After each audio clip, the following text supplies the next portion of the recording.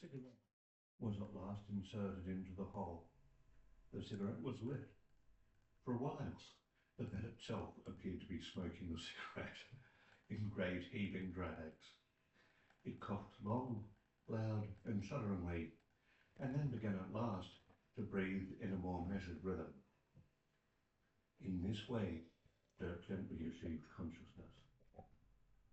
He lay there for a while, feeling a terrible sense of worry and guilt about something weighing on his shoulders. He wished he could forget about it, and promptly did. He lingered himself out of bed, and a few minutes later padded downstairs. The mail on the doormat consisted of the usual things: a rude letter threatening to take away his American Express card, an invitation to apply for an American Express card, and a few bills of the more hysterical and unrealistic type. He couldn't understand why they kept sending them. The cost of the postage seemed merely to be good money thrown after bad.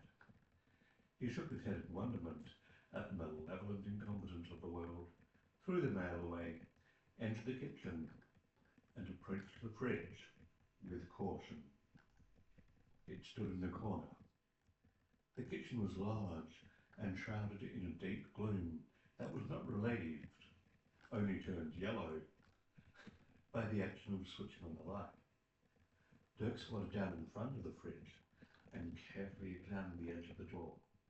He found what he was looking for. In fact, he found more than he was looking for. Near the bottom of the door, across the narrow gap which separated the door from the main body of the fridge, which held the strip of grey insulating rubber, lay a single human hair.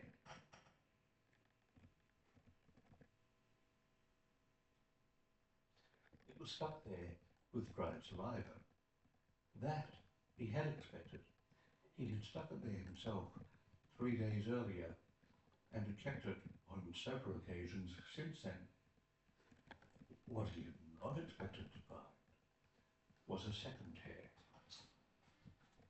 He frowned at it in alarm. A second hair?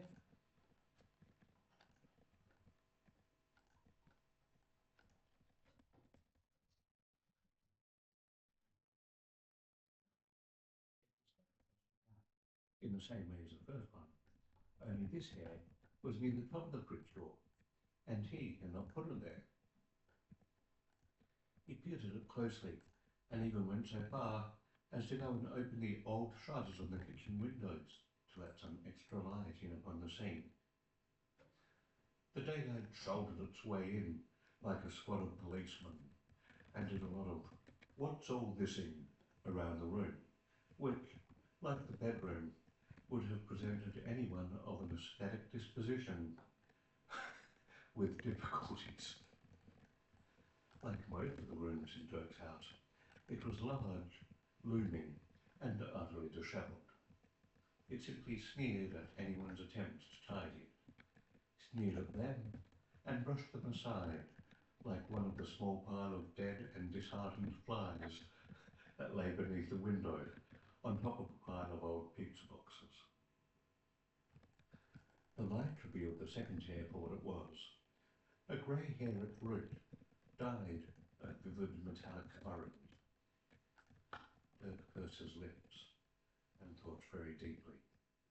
He didn't need to think hard in order to realise who the hair belonged to. There was only one person who regularly entered the kitchen looking as if her head had been used for extracting metal oxides from industrial waste. But he did have seriously to consider the implications of the discovery that she had been plastering her hair across the door of his fridge.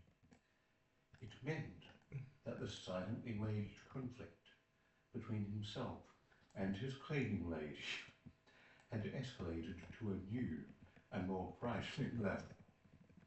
It was now, Dirk reckoned, fully 3 months since his fridge door had been opened, and each of them was grimly determined not to be the one to open it first.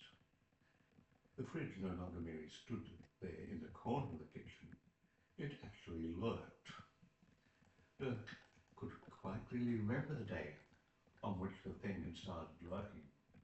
It was about a week ago when Dirk had tried a simple subterfuge to trick Elena. The old bat's name was Elena, pronounced to rhyme with cleaner, and was an irony that Dirk now no longer relished. In opening the fridge door, the subterfuge had been deftly deflected and had nearly rebounded horribly at Dirk.